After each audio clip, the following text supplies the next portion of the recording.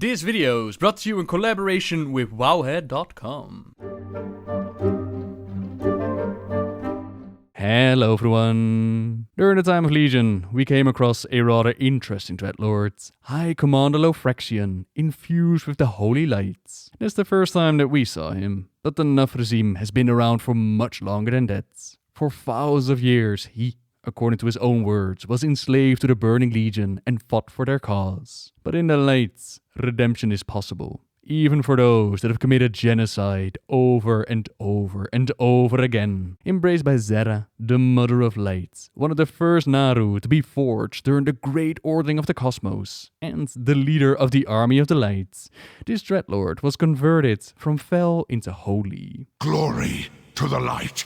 For thousands of years more, he now fought against the Burning Legion and the Burning Crusade of destroying the universe so the Void couldn't consume it. Now a big contrast between the forces of the Void and the Light is that the Void can see 1,000 different truths, whereas the Light sees only one. Zera foresaw 2 bright lights that would be critical for their mission to succeed. And so, Lothraxion was sent out to make contact with Illyria and Trellian right after they'd shut down the Dark Portal and Draenor transformed into Outlands as we know it as today. He told them about the war across the stars, the great evil that lurks within the twisting nether, and for the sake of all life, they decided to join his army. He even managed to teach Trellian, a paladin already at the time, how to truly dive into the powers of the light, as our Lothraxion had a few millennia more experience than him.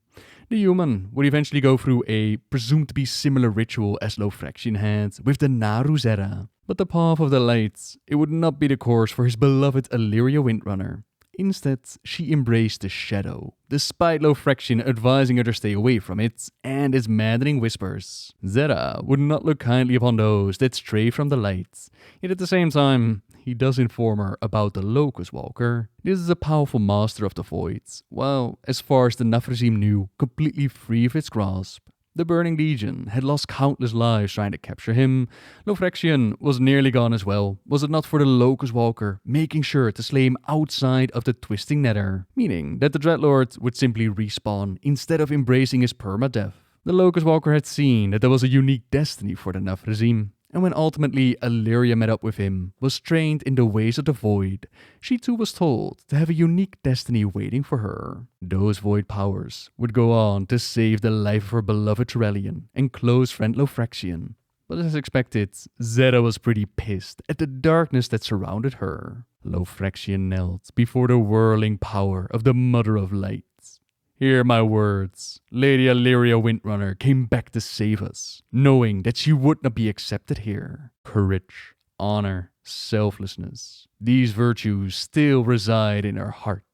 Virtues count for nothing if you stray from the path the light has chosen for you. And yet, despite her anger, Zera hesitated, deciding to imprison Illyria until she decides to accept the path of righteousness once again. Meanwhile, back on Azeroth, they're dealing with the biggest invasion of the Burning Legion that they've ever had.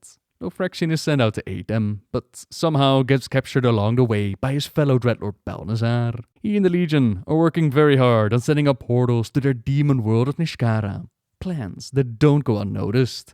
Both the Paladin Order Hall as well as the Priest Order Hall, they end up sending their forces to try and stop them, which leads to a little visit to Nishkara and running into this mysterious stranger. Who are you, stranger?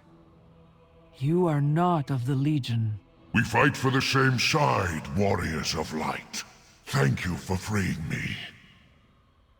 The Legion army will soon attack Netherlight Temple. This sanctuary must be protected at all costs. I will bring allies to defend the temple, but they are far away. I need your help to fight the enemy until we can arrive. It's hard to decide whether or not we should trust his words, but the choice is made. Netherlight Temple is not going to be given freely to the Legion. Priests and paladins stand shoulder to shoulder in the defense of Velen the Prophets, praying to the light that Lothraxion is going to arrive in time. Hold your ground! They won't take us down without a fight! There are too many! It is no use. The Prophet's vision has come to pass. Where is your light now, heroes?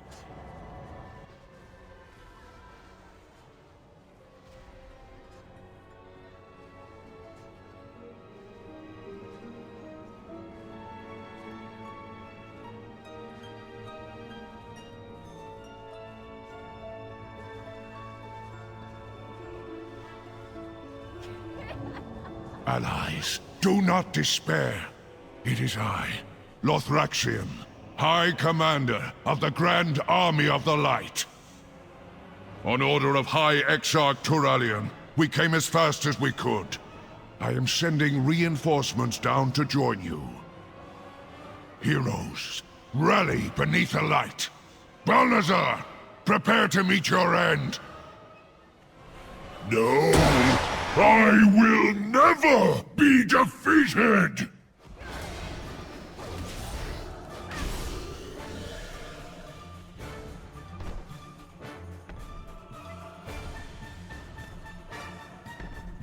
We did it. The Dreadlord is dead. Thank you, Paladins of the Silver Hand. A great enemy is defeated this day. We have shown the Legion that Azeroth will not fall quietly. Prophet Velen, Warriors of Light, a well-earned victory. I expected nothing less from the heroes of Azeroth. High Lord, let us return to your Order Hall. We have much to discuss. I am sure you have many questions, High Lords. It was fate that our paths crossed that day on Nishkara.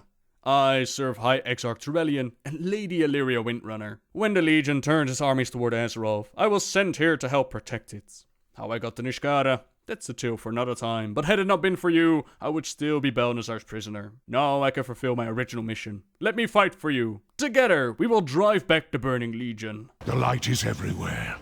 I welcome it, whether in glory or death. He did just that, joining us all the way to Argus, where he reunited with the Army of the Light and fought on against the Burning Legion. Zera's visions, they proved not to be truth, as she believed them to be. The one path this creature of the light was able to see, it would not be the destiny that ultimately played out. The light is your destiny. My destiny is my own! All the same, Sargeras and the Legion were defeated, and we returned home. Well, Lothraxion, he just kind of fell off the radar. He says that the war may be over, but many battles lie ahead. Just because the Legion is defeated, it doesn't mean every demon in existence has surrendered. Not yet, at least. So seemingly, that's what he's been up to, continuing the fight against the chaotic beings of Fel that could be found far and wide within the great dark beyond. Thanks for watching, everybody. Until next time. But this is not the only reason why I wanted to talk about Lothraxion. For the next parts, we are gonna dive into a bit of the spoilers for patch 9.1. So say that you want to be completely surprised about what's to come next. Please turn off the video right now. You have my attention. Back within the Shadowlands beta, we found a mighty interesting book, Enemy Infiltration Preface, which back then I dedicated a video on, talking about the cosmic war of Warcraft that's been playing out behind the scenes. The book is a report to their master, speaking about how they anticipate that certain of their targets will be more challenging to topple than others, but each of them is prone to manipulation in different ways, and their agents have already woven themselves into their very fabric. This is, after all, the solemn duty for which their master had sired them. In essence, it pitches the idea that Dreadlords, the Nathrezim, the unseen guests, they do not originate from the Twisting Nether. Rather, they originate from the Shadowlands and have then infiltrated the Twisting Nether, the domain of disorder. Consuming Fel wasn't a pleasant process, but it was a necessary one. Not just disorder either. All of the domains have been infiltrated. The domain of order, with the Titans, which apparently is the easiest to manipulate, show them a force that opposes their drive for order, and they will be consumed by their urge to eradicate it. Their pantheon, so seemingly united in purpose, is vulnerable to fracturing. Sargeras being informed by the Dreadlords about the Void Lords and their plans, which led to him breaking away from his brothers and sisters and forming the Burning Legion, the domain of Shadow and the Void Lords, so occupied with their fouls and truths that they ignore the lies we sow in their very midst. We can leverage their vast reach to position them as a foil against our other rivals.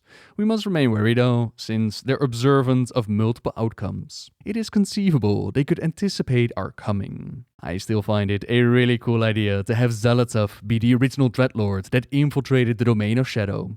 They were caught, they were punished, and imprisoned within the Blade, the domain of life, their most insidious of opponents. Still, they have high confidence that a vulnerability has been identified, and their operative has already gained the trust of her targets. And then the domain of light.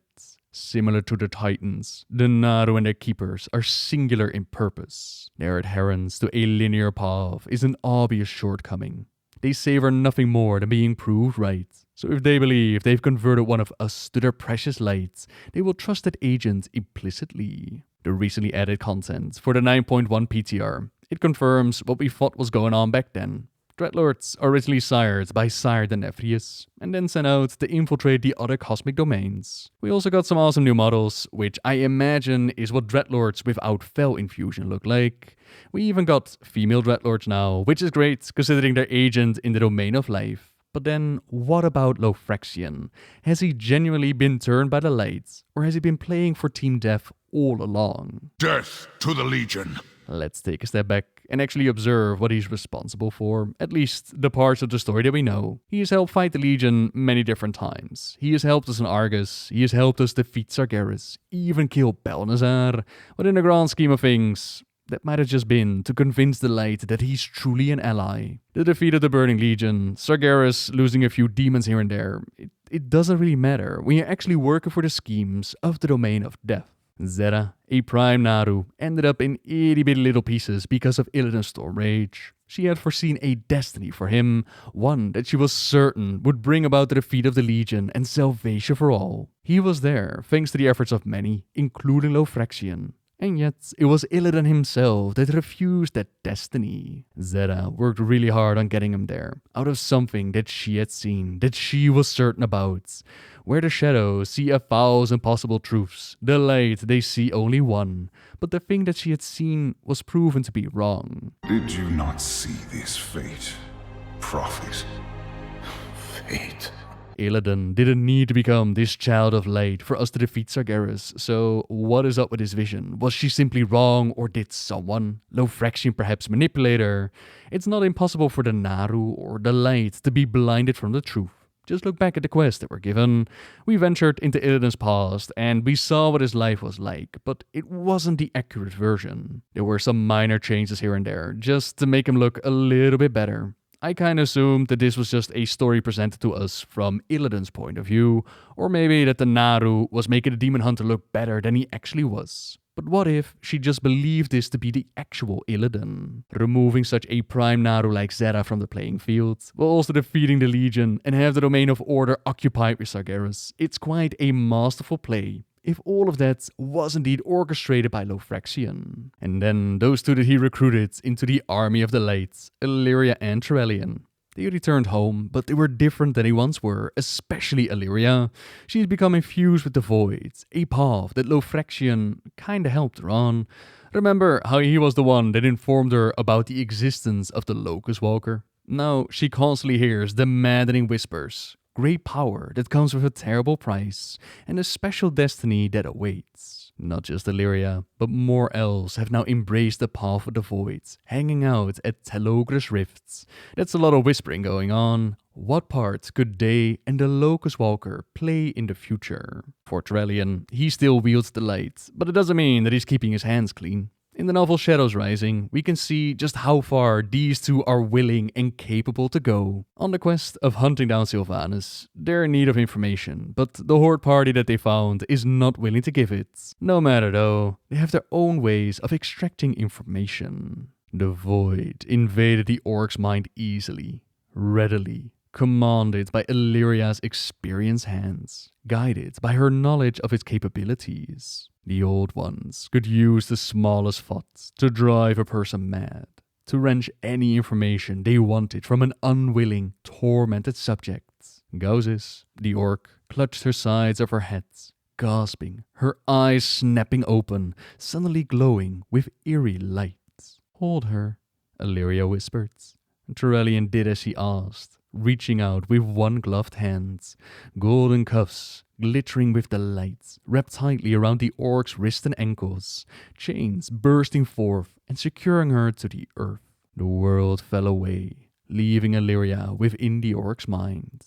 She sifted through memories and thoughts like fingers combing through sands. Each second that passed plunged the woman into greater agony. She shrieked, tears pouring down her face, her back bending at strange angles as she fought the pain tunneling through her mind. Eventually, one of the others gave the information they were looking for, if only that they would stop this torment. Light and Void, a power couple capable of doing great and terrible things. Now last we heard, and that's been a while since we've been partying in the Shadowlands, Turalyon sits on the throne of Stormwind. In King Anduin's absence, he's been entrusted with the protection of the Alliance citizens. The Four of War took a terrible toll on the Alliance. Their military might has been depleted. Stormwind's nobles are keen to see their defenses restored. Reclaiming Stromgarde was a good first step. Perhaps there are other holdings of the old Alliance that could be secured. Imagine for a moment that the jailer is successful, able to crawl his way not only out of the maw, but also that rift in the sky, moving his forces from the realm of death into the physical world, right onto Azeroth. Right now, as far as we're aware, peace stands between the Alliance and the Horde. The old gods learned pretty quickly that a united Azeroth was near impossible to defeat. The same lesson was also learned by the Burning Legion. Lothraxion and the other Dreadlords, they have managed to observe, manipulate and control for quite a while now. They're aware that a unified Azeroth is a great threat, but a few whispers, some words of advice from his old friend Lothraxion, they might push Turalyon into taking hostile action and shatter what's already fragile, weakening our defenses and helping the jailer's plans even further. What I do really find interesting and a little bit hard to figure out is the timeline that we're looking at. Prince Renethal explains a bit of it, about how countless ages ago, just after the first Venthyr were sired, the Nathrezim also made the Nathrezim. Forged to be the ultimate infiltrators, they bore the influence of death into the realms of our rivals, as well as the worlds of the living. So, what we read from the infiltration book. Despite their subtlety, one of these incursions was discovered. In response, the full wrath of the light fell upon Revendreth, setting ablaze the ward once held by the Nathrezim. The scourge land in Revendreth, the so-called Ember Wards. The reason why the light retaliated, there was the uncovered Nathrezim infiltration. Knowing that bit, I do wonder why Lothraxion is still around. You'd imagine that if he was the one that they uncovered, that they would kick him out. Unless they're right about the light and its arrogance. Truly believing that they've converted this Dreadlord to their side, and then still attack Revendreth for its actions. Who knows, maybe the light is right, and maybe Lothraxion is truly on their side. It wouldn't be the first time that the arrogance of the Nathrezim blows up in their face. The armies of Maldraxxus did not rise up to defend us. I can already imagine the Primus telling the Nephius to clean up his own mess. So the Stone Knights carved the Stone Legion to strike back against the light. Once the Nadu were routed, the Stone Knights turned their anger upon the Nathrezim, blaming them for the loss of so many of her children. The conflict was ended by the Nephius, who said that he would exile them to a world beyond the Shadowlands. And yet, the Nathrezim claimed that they were never exiled to begin with, so the Nephius, I guess he was just hiding his plans better. But when exactly did all of this happen? Where was the Nephius' allegiance? We know that he was a member of the Pantheon of Death when they imprisoned their brother Zovaal, but it could very well be that he was never actually on board with his plan, merely went along with it since he had no chance to oppose the others. So then together with Zovaal, they do their thing. They infiltrate the other domains, they plan and work on setting Zovaal free, have death wash over all and disturb the balance. Is it truly going to be simple as that? Or has there always been more at play? And how will the sire feel about his allegiance with the jailer, now that the jailer had decided to just abandon him to his fate?